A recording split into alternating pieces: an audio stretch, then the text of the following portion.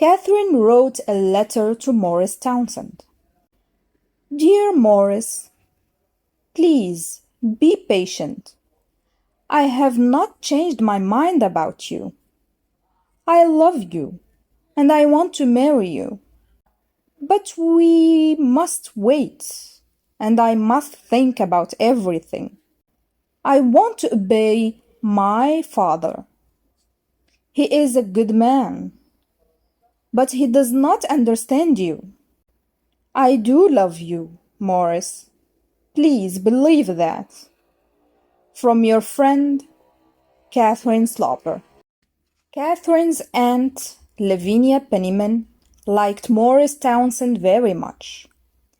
She wrote to him every day. She gave him news about Catherine. Mrs. Penniman wanted Catherine to marry the young man. Morris did not go to the house in Washington Square, but sometimes Mrs. Penniman met him secretly. One day, Mrs. Penniman told Morris about a plan. It was her own plan. She had not told Catherine about it.